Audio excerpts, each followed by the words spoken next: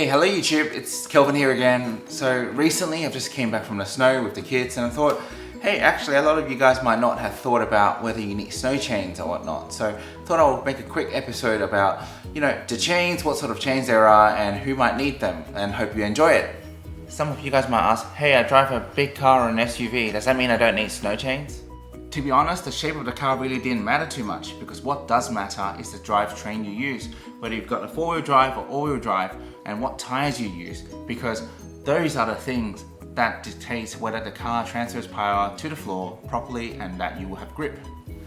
So even if you drive an all-wheel drive or a four-wheel drive, maybe it's still best to carry chains, because if you're going to somewhere very snowy and very icy, the car can still spin out. At the end of the day, safety first, and having chains is still better than not having chains when you need them. So where should you put them? If your car is a front wheel drive, usually you put it in the front. If your car is a rear wheel drive, you put the chains at the back. But if your car is an all wheel drive or four wheel drive, then you got to read the manual, because all manufacturers recommend something different. For my car, it's a Skoda and it goes in the front. So when it comes to snow chains, there are generally two types to choose from. There's the more conventional, snow chains, I guess. When you Google them, that's usually what pops up. They wraps around your tire. They generally come in, I guess, two patterns. Sometimes you see like the ladder shape,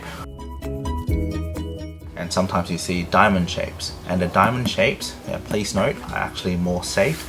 In fact, some countries require you to only use diamond shaped snow chains as well. But the other one that is, I guess, less common, or you might not have seen as much, are what we call spider chains.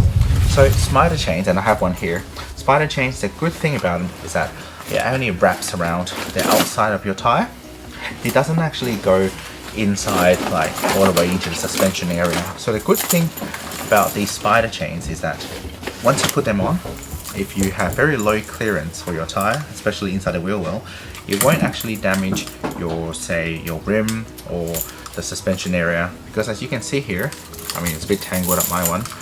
As you can see here, it actually doesn't go all the way inside. It just wraps on the outside of the tire and stays outside. If your suspension's in there, especially when you have no or low clearance, they wouldn't interfere each other. So these are pretty good, especially for a sports car, or especially when you have like giant rims, like a 19-20-inch alloys. You really don't want to damage them.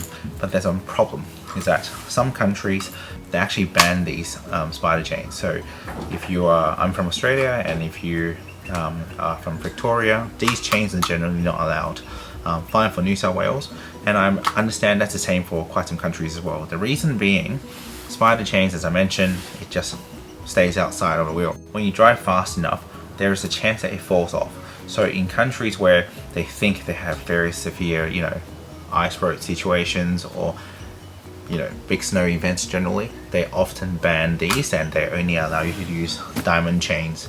And in this case, you better find the right one, because if you have very low profile tires, these type of chains can really damage your rims. So how do you put chains on? Well, to be honest, your chains will probably look different to mine. But when it comes to putting chains on, there's a few principles you can follow. But the first one is that before you even try, do lay down a whole set of chains onto the ground, untangle everything before you put it on the wheel. Second one, when you try to wrap the chains behind the wheel, don't pull it, don't yank it. Try slowly push it through, because once you pull it, most of the time the metal will just be stuck between the wheel and the ground, and you won't be able to yank it through. And the third one, once the chains are on the wheel, don't just drive off. Drive say 10-15 meters, get off the car, double check everything before you continue on. And remember, when you have chains, the fastest you should go is 50 kilometers per hour. Otherwise, chances are you might actually damage your wheels or the rims or even your suspension. Now, I won't spend too much time talking about spider chains here, because I've actually done a full episode on how to set them up, what cars are they for, so do check it out. I'll leave the link below as well. Well, hopefully you've learned something about snow chains. And pro tip, if you are going, do bring some old door mats or car mats, some old gloves as well, because if you do need to change chains, the last thing you want is to be lying on icy cold ground, touching some bare metals with your cold fingers. Can't be too excited at that moment. Well, drive safe, have loads of fun. It's Kelvin, and I'll see you next time. Cheers.